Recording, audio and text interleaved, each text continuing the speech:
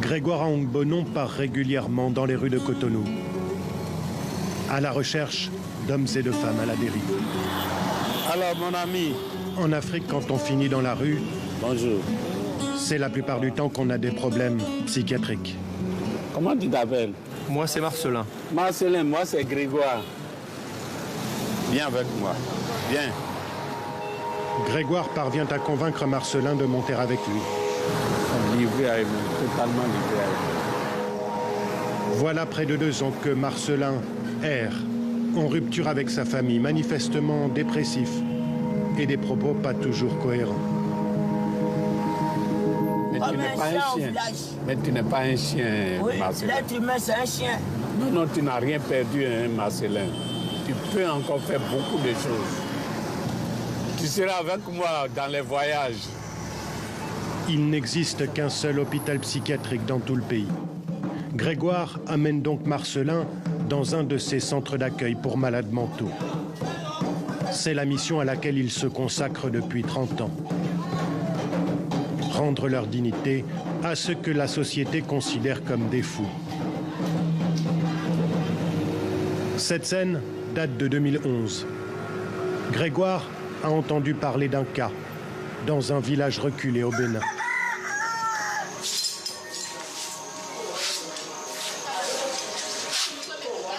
Comment tu vas, mon frère? Ça va bien. Comment tu t'appelles? Je m'appelle Julien. Le grand Julien. Ça fait combien d'années tu portes cette chaîne? Je ne sais pas. Ça fait longtemps. Ça fait longtemps. Alors moi, je suis venu pour te chercher. Oui, chercher. Tu es content? Oui, je suis content. Tu es content? Oui. Les malades mentaux, laissés pour compte de l'Afrique, souvent victimes de violences. C'est ce qui a révolté Grégoire, qui a lui-même connu une période de grave dépression au milieu des années 80. Il faut vous dire que chez nous en Afrique, les malades mentaux sont les oubliés des oubliés. Ils sont abandonnés de tout le monde. Et moi, pour avoir passé par là, les rencontrant, je sais ce qu'ils vivent. Je sais la souffrance qu'ils endurent.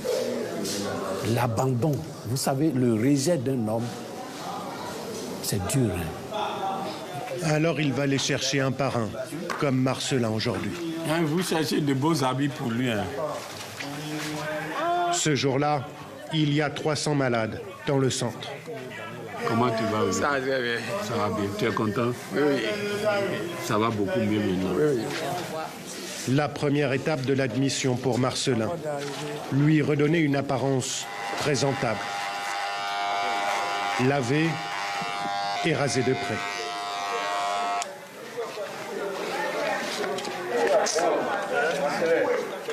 Un peu beau.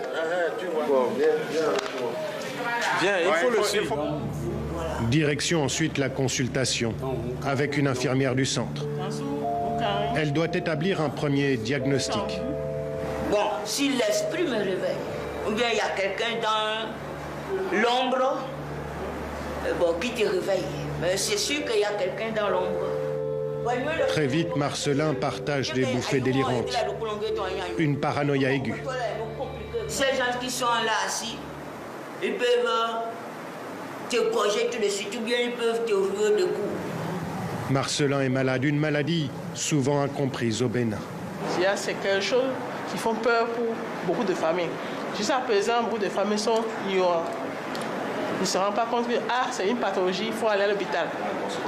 Ils croient que c'est un envoûtement, c'est un sorcier qui l'en veut, c'est un génie qui l'habite. Voilà comment les maladies psychiatriques sont souvent traitées au Bénin. Sur cette vidéo que nous nous sommes procurées, des séances qui ressemblent à de l'exorcisme.